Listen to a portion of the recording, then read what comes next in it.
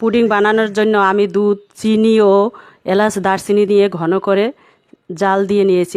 এই ডিমগুলো দিয়ে পুডিং বানানো হবে।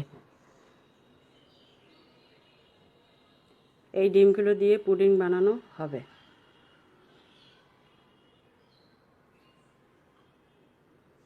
এখন আমি ডিমগুলো একে একে ফাটিয়ে নেব। এগুলোকে আমি ব্লেন্ড করে নেব।